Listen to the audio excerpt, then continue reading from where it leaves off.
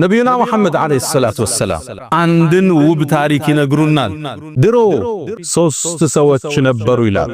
አንደኛው ቆዳው የተላላጠ ሰው የቆዳ በሽታ ያለበት፣ ሌላኛው አቅራ ጸጉሩ ራሱ ጸጉር የማያበቅል አላም ደግሞ ራሱ የሚቆስል ሰው ነበር።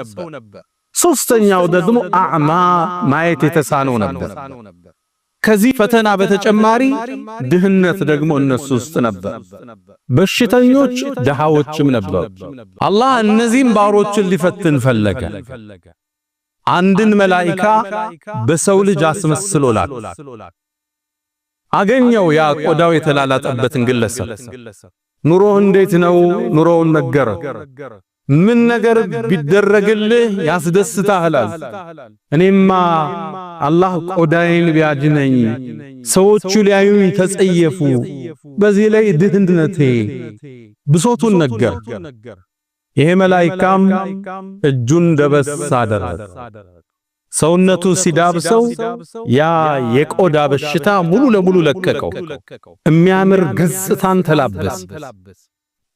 ከዛም በዚህ አልበቃም፣ ፈተናው ሊከተለው። ከገንዘብ በኩል የትኛው ያስደስታል? እኔማ ግመል ነው አለ። ግመል ይወዳል፣ ግመል ማርባት በእነሱ ዘመን ደግሞ ትልቅ የሀብት መገለጫ። የ10 ወር ግመል ያረገዘች ሰጣ። ቆዳው ተሽሎታል፣ አምሯል፣ ገንዘብ ደግሞ ተሰጥቷው። ከዛም ያ መላኢካ ዱዓ አረገለት፣ ባረከላሁ ፊ ማሊክ፣ ገንዘብህን አላህ ይባርክልሃል። 10 ወር ግመል ተሰጠው፣ ዱዓ አረገለት።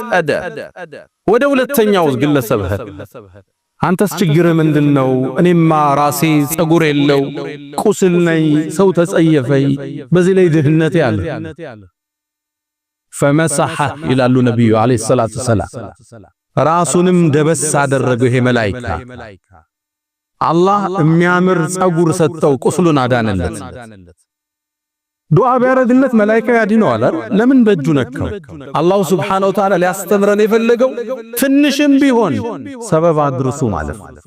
መላኢካውም ደበስ አደረገው፣ ጸጉሩ የሚያምር ሆነ፣ ቁስሉ ተሻለ።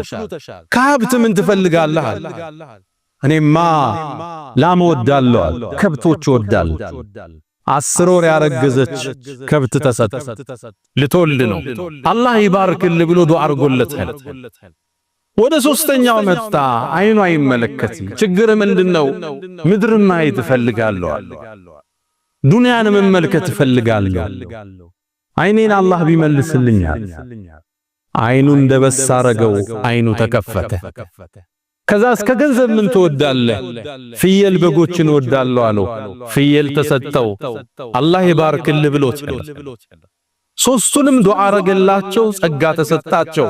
አላህ እየፈተናቸው እያያቸው። ከዛም ዘመናት አላህ ተዋቸው፣ ጸጋው ተነባበረ። አንደኛው አለ ሸለቆን የሚሞላ ግመል አላህ ሰጠው። ለሁለተኛው ሸለቆን የሚሞላ ከብቶች ሰጠው። ለሶስተኛው ሸለቆን የሚሞላ ፍየሎችን ሰጠው። ሸለቆ የሚሞላ ሀብት የሀገሪቱ ትላልቅ ባለጸጋዎች ትልቅ ሀብት ማማ ላይ ደረሱ። አሁን ለፈተና አላህ ያን መላኢካ ደግሞ ላክ። ሙከራ ሊመጣ ያ መላኢካ ወደ መጀመሪያው ሰው መጣ። ቆዳው ተልጦ ወደ ዳነው ሰው ቆዳው የተላጠ መላኢካ ሆኖ መጣለት ይላሉ ነብዩ አለይሂ ሰላቱ ወሰላም። ከማ عند البخاري መጣናም አንተ ሰው ሆይ አለው፣ እኔ ችግረኛ ነኝ፣ መንገድ የወጣው መንገድ ተቋረጠብኝ፣ ከአላህ ከዛም ካንተ ውጭ ተስፋ የለኝም አለ። እባክህን ሰፊ ነገር አላህ ሰጥቷል፣ አንዲት ግመል ስጠይ ቤቴ ልድረስበት አለ። ያመሰግን ይሆን? ያካፍል ይሆን? አላህ ያያል፣ መላእክት ይታዘባሉ።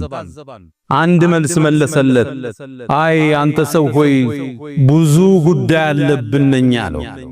ብዙዎች ከበዛብን ሰው ነን፣ ልሰጥህ አልችልም።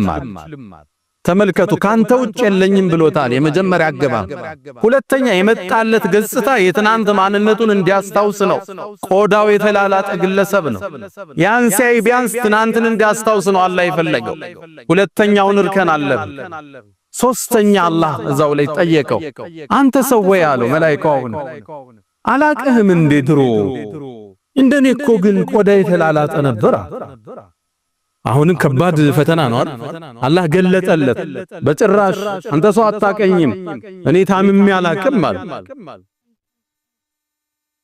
አረ ደሃ ነበር ከአላህ አይደለም እንዴ ሀብት የሰጠ አንተ ሰው ምንድነው የምታወራው አና ወሪثሁ ካቢራን አን ካቢራል እኔ ተከበርኩ የሀብታም ቤተሰብ እኮ ነኝ ከቅድማያቶቼ ከቅምቅማያቶቼ የመጣ ሀብት ነው የወረስኩት ምንድነው የምታወራውን አላቀውም ደሃ ነበርክ ብሎታል አራቱም ፈተና ሲወድቅ መላእክቱ አንድ ዱዓ አረገ እንደምትለው ውሸት ከሆንክ አለው ወደ ድሮ ማንነት አላህ ይመልሰው ጥሎታል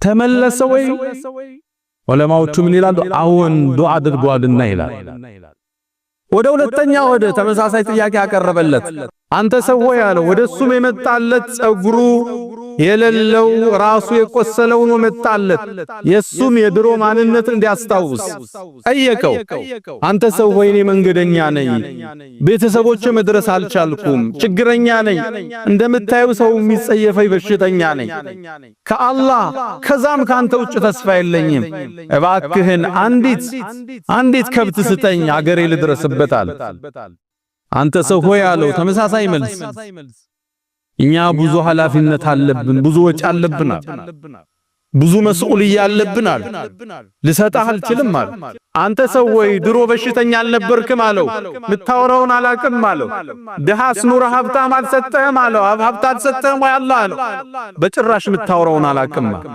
እንደምትለው ከሆነ አላህ ወደ ድሮ ማንነት ይመልስ ብሎ ጥሎታል ተመልሷል አዎን የመላእክቱ ዱዓ ስለማይመለስ ቀድም አላህ ይባርክልህ አለው ሸለቆ ሞላ ሀብታቸው አሁን አላህ ያጥፈው ሲለው ይጠፋል ግልጽ ነው ወደ ሶስተኛው መጣ አይኑ አማኑሩ አላህ ስለከፈተው አሁንም አይና አማ ሆኖ መጣለት አንተ ሰው ወይ ወደ ቤተሰብ የመድረሻ የለኝም ችግር ውስጥ ነኝ ደግፈኛ ያ ሰው ምን አለ አይና አማ ሆኖ አላህ ያዳነው አንተ ሰው ሆይ አንተ አይን የለህም እኔም እንዳንተ ድሮ ነበር አላህ አይኔን ከፈተልኝ ምትፈልገውን ያህል ውሰዳል ጌታዬ ትልቅ ውለታው ውሎልኛል አልከለከልም ምችለውን ያህል ውሰዳል ከዛም ምን አለው መላእክቱ እኔ አላህ መልእክተኛ ነኝ መላእክት ነኝ ልፈትንህ ነው የመጣው ካንተ አላህ ወዷል በጓደኞች ላይ ግን አላህ ተቆጥቷል ዱዓ አርጎለታል ዱንያ በሽታ ብቻ አይደለም ፈተና ችግርም ብቻ አይደለም ፈተና ጸጋ ምቾት ድሎት ማናስታውሰው ምድራዊ ፈተናው አንዱ ምቾት ነው ምቾትን በትክክል ከሚጠቀሙት አላህ ያድርገን ጸጋዎችን ከሚያመሰግኑት አላህ ያድርገን የተሰጠንን ከማንነጠቅበት አመስጋኞች አላህ ያድርገን